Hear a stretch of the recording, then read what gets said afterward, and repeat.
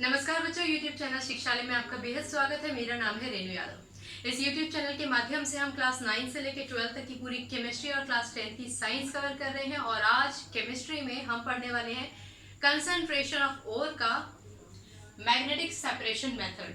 ठीक है। अच्छा, आप सोचेंगे कि 3 दिन से कंसंट्रेशन ऑफ ओर का ही कोई ना कोई मेथड पढ़ रहे हैं, तो भैया मैं आपको याद दिला दूं कि हर एक ओर के नेचर के ऊपर डिपेंड करता है कि हम उसकी हाइड्रोलिक वॉशिंग करें, जैसे कि ऑक्साइड ओर के केस में, या फिर हम उसका फ्लोटेशन करें, जैसे कि सल्फाइड ओर के केस में। और आज हम बात करने जा रहे हैं ऐसे ओर के बारे में या फिर ऐसे गैंग के बारे में जिसको आप गैंग बोलते हैं, असल में उसको गैंग ही बोलते हैं एक ऐसे गैंग के बारे में जिसमें मैग्नेटिक प्रॉपर्टी होगी। सिंपल सादे शब्दों में, यदि और या फिर गैंग में से किसी भी एक में मैग्नेटिक प्रॉपर्टी है, यानी कि वो मैग्नेट से अट्रैक्ट होता है, चुंबक से अट्रैक्ट होता है, तो हमें उसके लिए मैग्नेटिक सेपरेशन का इस्तेमाल करना पड़ेगा। एक बार फिर बता देती हूँ, कंसंट्रेशन ऑफ ओर का मतलब होता है जहां हम ओर को गैंग पार्टिकल्स, यानी कि वो पार्टिकल्स जो उसकी माइनिंग करते वक्त साथ में आ गए थे, जैसे अर्दी पार्टिकल्स, माइका हो गया, लाइमस्टोन हो गया, सैंड हो गया, ठीक है ना। तो इन सब चीजों को हमें अलग हटाना होता है ओर से। उस प्रोसेस को बोलते हैं कंसंट्रेशन ऑफ ओर। और आज हम पढ़ने वाले हैं, आपको सही मालूम है, मैग्नेटिक सेपरेशन के बारे में। चलो बात करते हैं।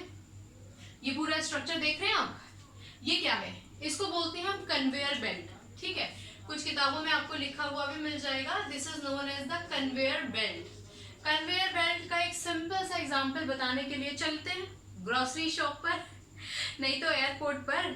आप लोगों ने देखा होगा ना कि ग्रोसरी शॉप में सामान रखा होता है, एक बेल्ट पे चलता चला आता है। नहीं तो एयरपोर्ट पे जब आप अपना वापस अपने डेस्टिनेशन पे जाते हैं, तो आप अपने बैग्स लेने के लिए एक स्पॉट पे खड़े होते हैं ना, जहाँ एक बेल्ट होती है, उस बेल्ट को बोलते हैं कन्वेयर बेल्ट, जिसमें आपका सामान रोल होते हुए आप तक आ जाता है। क्लियर? तो वो होती है कन्वेयर बेल्ट, यानी कि एक ऐसी बेल्ट जो एक पॉइंट से दूसरे पॉइंट पर रोटेट कर सकती है। ठीक है, समझ में आ गया? सिंपल है। चलो अब जादू क्या है वो सुनो। जादू ये है कि इस कन्वेयर बेल्ट में, ये सिंपल सी कन्वेयर बेल्ट है, लेकिन इस कन्वेयर बेल्ट के एक तरफ हमने नॉन मैग्नेटिक पार्ट रखा है। मतलब इसका जो एक हिस्सा है उसमें कोई भी चुंबक, कोई भी मैग्नेट नहीं लगाया है। ठीक है, लेकिन ये जो दूसरा वाला हिस्सा है ना, इस पर हमने चुंबक यानी कि मैग्नेट फिट कर रखा है। अब आपको पता है कि मैग्नेट हर उस चीज को अट्रैक्ट करता है जिसमें मैग्नेटिक प्रॉपर्टी होती है। एग्जाम्पल ले लेते हैं लोहे का, ठीक है ना। तो हम क्या करेंगे, हम पहली बात तो एक ओर, जो भी ओर है जिसको भी हमें सेपरेट करना है, कुछ किताबों में आपको लिखा मिल जाएगा टंगस्टेट्स ऑफ आयरन। तो पहली बात तो ये समझ लो भैया कि टंगस्टेट का फॉर्मूला आपसे नहीं पूछा जाएगा। वैसे मैं बता दूं, वो आयनिक फॉर्म में एग्जिस्ट करता है, WO4 2 नेगेटिव। इसको याद रखने की जरूरत नहीं है क्योंकि ये नहीं पूछा जाएगा। ये मेरे ख्याल से एग्जाम में BSc में भी नहीं पूछा जाएगा। ठीक है, पर मैंने आपको बता दिया है कि अगर आपको किताब में लिखा दिखाई दे रहा तो भाई आप कंफ्यूज मत हो जाना। तो टंगस्टन ऑफ आयरन या फिर आयरन का कोई भी ओर, पर्टिकुलरली हम उसकी बात करते हैं, कोई भी फेरो मीन्स आयरन का ओर हम इस मेथड से सेपरेट कर सकते हैं। ओके, इस मेथड में हमने यहाँ से ओर को ड्रॉप कर दिया है, कन्वेयर बेल्ट पे ड्रॉप किया है। अच्छा, कन्वेयर बेल्ट चलती रहती है, रोटेट होती रहती है। क्लियर? तो जैसे ही इस ओर, ये जो ओर हमने डाला है, कन्वेयर बेल्ट की मदद से जब ये आगे बढ़ता जाएगा, तो यहाँ क्या है? मैग्नेट। ये मैग्नेट से अट्रैक्ट होगा। क्लियर? अब जहां तक मैग्नेट का अपना प्रभाव यानी कि इन्फ्लुएंस होगा, मान के चलो कि इस मैग्नेट का जो इन्फ्लुएंस है वो इस एरिया तक है। आप समझ रहे हैं मेरी बात? मान लीजिए कि इस मैग्नेट का जो इन्फ्लुएंस है वो इस एरिया तक है, तो जो ओर है, हम ये मान के चल रहे हैं कि हमारा ओर मैग्नेटिक है, गैंग मैग्नेटिक नहीं है इस केस में। तो जो और पार्टिकल्स होंगे वो इस मैग्नेट से अट्रैक्ट होते होते जहां तक इनका इन्फ्लुएंस होता है वहां तक गिरते चले जाते हैं। क्लियर? और एक हीप बना लेते हैं, एक चट्टा बना लेते हैं। क्लियर हो गया? लेकिन वो गैंग पार्टिकल्स जो मैग्नेटिक प्रॉपर्टी नहीं शो करते हैं, कोई भी ऐसा एलिमेंट जो इसके साथ जुड़ा हुआ तो नहीं कहना चाहिए, जो मिक्स्ड फॉर्म में निकल कर आया है ओर के साथ, वो क्योंकि वो मैग्नेटिक था नहीं, तो उसको मैग्नेट से फर्क नहीं पड़ता, ना उसके इन्फ्लुएंस से फर्क पड़ता है।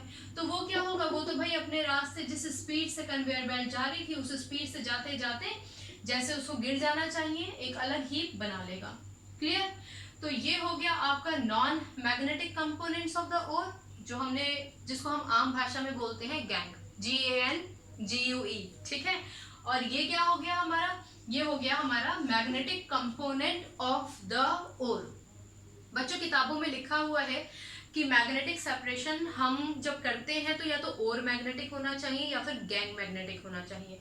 हालांकि किताबों में आपको हमेशा और ही मैग्नेटिक फॉर्म में दिखाई देगा, तो इसलिए आप इसको गैंग मैग्नेटिक है करके लिखिएगा ही मत। ठीक है, हमेशा आप और को ही मैग्नेटिक मान के चलिए एग्जाम में लिखने के पर्पज से। ओके, फर्दर जब आप जैसे जैसे पढ़ते जाओगे बहुत सारी चीजें आप समझोगे। ठीक है, तो ये है हमारा मैग्नेटिक सेपरेशन। ऐसे ही डायग्राम बनाना है, यहाँ पे लिख देना है और, यहाँ पे लिख देना है कन्वेयर बेल्ट, और इसको मैग्नेट जरूर शो करना है। एग्जामिनर को क्या पता चलेगा, एग्जामिनर तो सोचेगा ओहो यहाँ तो ड्राइंग कर दिया लाइन बना बना के, यहाँ ड्राइंग नहीं किया है मतलब ड्राइंग भूल गया है उसको क्या पता कि ये आपने मैग्नेट शो किया है जब तक आप लिखोगे नहीं। ठीक है, तो यहाँ पे लिख दीजिए मैग्नेट, जो ये बता रहा है कि इस कन्वेयर बेल्ट के एक हिस्से में मैग्नेट लगा रखा है मैग्नेटिक ओर को सेपरेट करने के लिए। ठीक, तो मैग्नेट का जहां तक इन्फ्लुएंस जाएगा वहां तक ओर भी के गिरेगा, और जो नॉन मैग्नेटिक प्रॉपर्टी शो करता है जो हमारा गैंग है वो भैया अपना दूसरा हीप बना लेगा। ठीक है, इसको अलग हटा दो और इसको अपने साथ ले जाओ। ठीक है ना, आप नहीं ले जाओगे साथ में, वो लेकर जाएंगे जिसने इस ओर में से अब मेटल को हटाना है। ठीक है ना, तो ये एक सिंपल सा छोटा सा मेथड है magnetic separation. It is done in the case of the ores that have magnetic property. कुछ किताबों में लिखा होगा ओर में मैग्नेटिक प्रॉपर्टी हो या गैंग में मैग्नेटिक प्रॉपर्टी है, कोई बुराई नहीं है। अल्टीमेटली आपको ओर अलग गैंग अलग मिल जाएगा। ठीक है, चलिए, in case of any confusion do ask me, I will answer you. आपका हर छोटा डाउट ना मेरे लिए बहुत इंपॉर्टेंट है, क्योंकि वो डाउट जब तक आपके दिमाग से क्लियर नहीं होगा इस चैनल को बनाने का पर्पस ही फुलफिल नहीं होगा। ठीक है ना, तो चलिए केमिस्ट्री से अपनी केमिस्ट्री बहुत बढ़िया बनाइए, पढ़ते रहिए, खुश रहिए। अगली बार मिलने तक रखिए अपना ख्याल, रटिए मत, समझिए। Take care, God bless you, bye bye.